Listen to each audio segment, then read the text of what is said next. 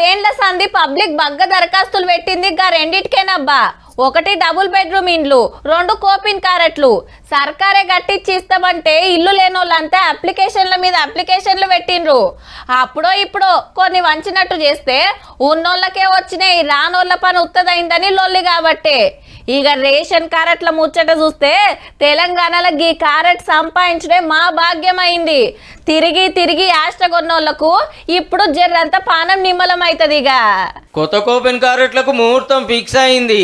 ఈ శనారమే పంచుడు అంటే ఇంకో 4 రోజులకు. ఒక్కనాడే 1,00,000 కారెట్లు ఇస్తామని మంత్రి పొన్నం ప్రభాకర్ సార్ సాటింపేసిండు. కాకుంటే తెలంగాణ అంతటా కాదు, 3 జిల్లాలనే.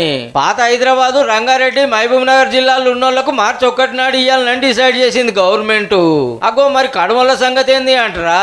అక్కడ ఎమ్మెల్సీ ఎలక్షన్లు నడుస్తున్నాయి. రూల్స్ ప్రకారం ఈ టైంలో కొత్త పథకాలు ఇయ్యొద్దు. అట్లనే అల్లగ్గిన పెద్దగా టైం ఏం పట్టదట. వీళ్ళకి వచ్చిన ఆరానికి కడమలకు కొత్త కారెట్లు అందుతాయట. అప్పట్లకి ఇంత పెద్ద కారెట్ కాకుండా ఏటీఎం సైజులో చిన్నవి కొట్టిస్తుర్రట. జేబులో కూడా పెట్టుకొని పోవచ్చు. లోపల చిప్పు పెడతారట, లేకుంటే నెంబర్ అన్నీ ఇస్తారట. అది కొడితే చాలు ఇంటోళ్ళ వివరాలు మొత్తం వస్తాయి అన్నట్టు.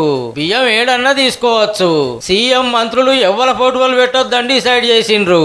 పాత గవర్నమెంట్ లో బొచ్చడి మాటల దరఖాస్తులు పెట్టినా కొత్త కారెట్లు రాలే. పెళ్లిలో ఏరుబడ్డోళ్లకు పోరలు పుట్టి బడికి పోతున్నా ఇయ్యలే. కాలం చేసిన వాళ్ళ పేరుంటే కొట్టేసిండ్రు కానీ పుట్టినోళ్ళ పేర్లు అయితే ఎక్కియకుంటే ఏండ్లకేంచి ఎడిటింగ్ చేస్తున్నారు. ఈ సర్కార్ వచ్చినాక కూడా 2-3 మాటల అప్లికేషన్లు పెడితే ఇప్పుడు రాబోతున్నాయి. ఇక అట్లనే ఉగాదికెళ్ళి సన్న బియ్యం ఇస్తారట. కానీ ఏం తక్కువ 10 లక్షల మంది దరఖాస్తు పెట్టిరట. ఇయ్యాల్సిన వాళ్ళందరికీ పక్కా ఇయ్యూరి సార్లు. ఇప్పుడు తప్పితే మళ్ళీ ఎన్నేళ్ళు ఎదురు చూడాలనో మరి.